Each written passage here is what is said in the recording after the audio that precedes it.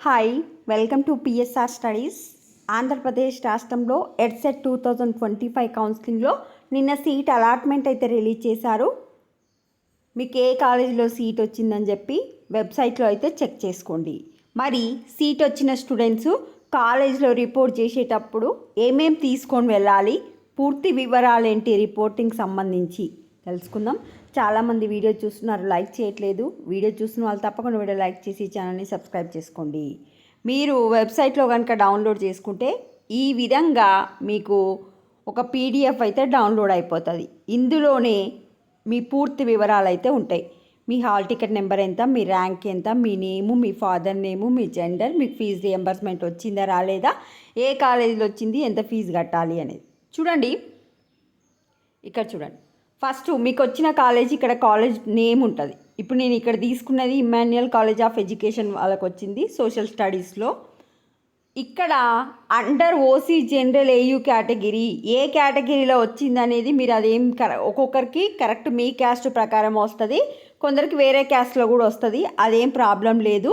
ఒకవేళ ఆ క్యాస్ట్కి సంబంధించిన క్యాండిడేట్ లేకపోతే నెక్స్ట్ ప్రియారిటీ కింద వేరే క్యాస్ట్ వాళ్ళకి అనేది ఇస్తారు. అది అనేది వదిలేయండి మీరు.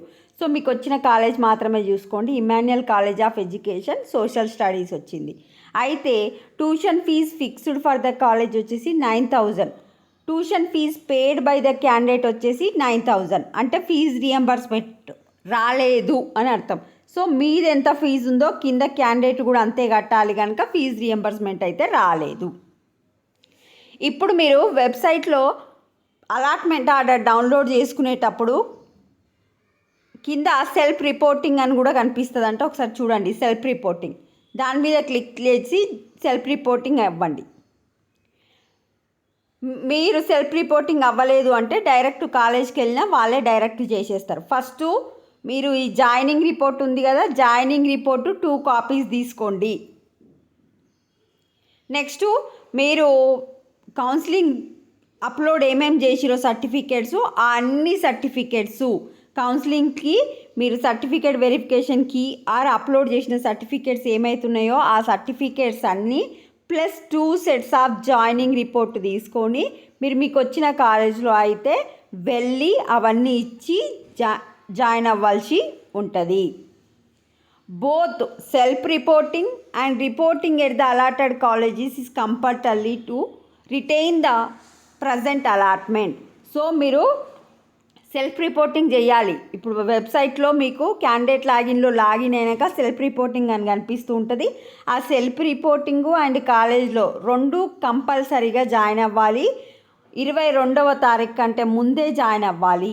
22 కంటే ముందు జాయిన్ అవ్వకపోతే మీ సీట్ అనేది ఆటోమేటిక్గా క్యాన్సిల్ అవుతుంది. 4th పాయింట్ అదే. If you do not report through the self reporting system and are not reporting at the allotted college, the provisional allotment will be cancelled. You have no claim on the seat allotted. Next, all the principals are requested to verify the original with caste, study, income, degree, equivalent certificate of the admitted candidate through thoroughly and return all the original certificate. Expect TC. Request to bring the notice to the convener. Class work will be commence from 22nd.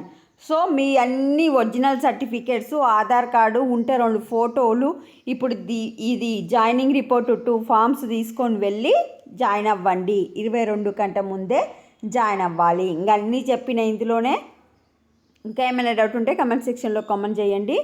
ఇప్పుడు మీరు seat allotment candidate లాగిన్లో ఏ విధంగా download చేసుకురో ఆ seat allotment కింద ఆప్షన్లో మీకు self reporting అని కనిపిస్తుంటుంది, దాని మీద క్లిక్ అయితే జాయిన్ అవ్వండి. ఇంకా ఏమైనా డౌట్స్ ఉంటే కమెంట్ సెక్షన్లో కామెంట్ చేయండి. మీ కామెంట్స్ని బట్టి నెక్స్ట్ వీడియోలో క్లియర్ చేస్తాను. Thanks for watching.